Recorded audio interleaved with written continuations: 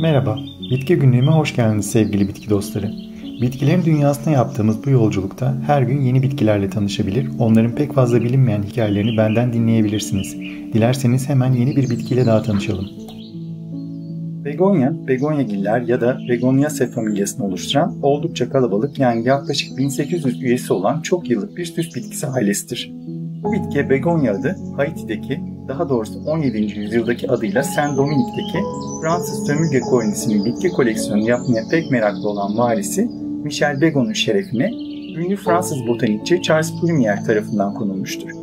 Yani demek ki o zamanlarda adınızın bir çiçeğe verilmesini istiyorsanız hem sıkı bir bitki koleksiyoncusu olmanız hem de doğa kaşifi olarak nam salmış bir botanikçiyle kanka olmanız şartmış. Begonya'nın farklı türleri dünyanın tropik ve tropik altı kuşakta yer alan çeşitli bölgelerinde doğal olarak yetişir. Doğal ortamında yarı gölgeli ağaç altlarında görülen begonya, drenajı iyi olan nemli ve kaliteli toprakları sever. Tropik kuşakta yıl boyunca dış mekan bitkisi olarak kullanılabilen begonya, uygun koşullar sağlandığında bakımı kolay ve hastalıklara karşı dayanıklı bir iç mekan süs bitkisi de olabilir.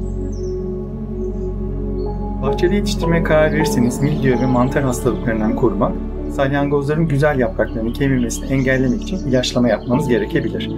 Bu arada begonyayı dallarından alacağınız çeliklerle ve köklerini ayırarak da çoğaltmanız mümkündür.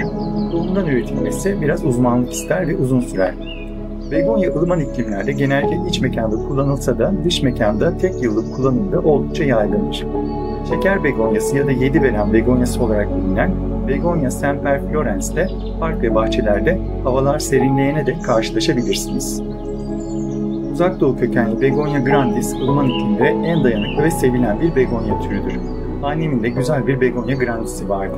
Fakat o çiçekleri aşağı doğru sarktığı için bitkisinin küpe çiçeği olduğunu zannediyordu laf aramızda. Begonyaların çiçekleri veya yaprakları göz alıcı güzellikte olan, hatta yaprakları palmiye yapraklarını andıran Begonia luxurians gibi begonyaya hiç benzemeyen ama çok da güzel görünen pek çok melez türü de vardır. Avustralya'da her yıl Mart ayının ilk haftası 30.000 kişinin katılımıyla gerçekleştirilen bir begonya festivali düzenlenir. Begonya'nın çiçek dilindeki anlamı ise dikkatli ol veya uzak dur demektir. İçerdiği oksalik asit dışında pek de zehirli olduğunu söyleyemeyeceğimiz bu bitkiye doğrusu ilginç bir mesaj yüklemişler. Yine de siz ondan sakın ola uzak durmayın. Hatta bence evinizde güzel bir begonya türünü konuk edebilirsiniz.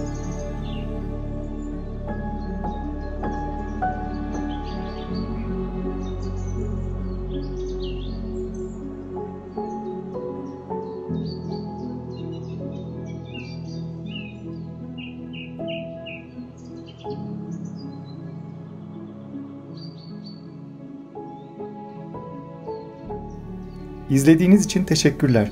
Bitki günlüğümün daha fazla bitki severe ulaşabilmesi için abone olmayı ve beğendiğiniz videoları sevdiklerinizle paylaşmayı lütfen unutmayın. Bol çiçekli günler dilerim.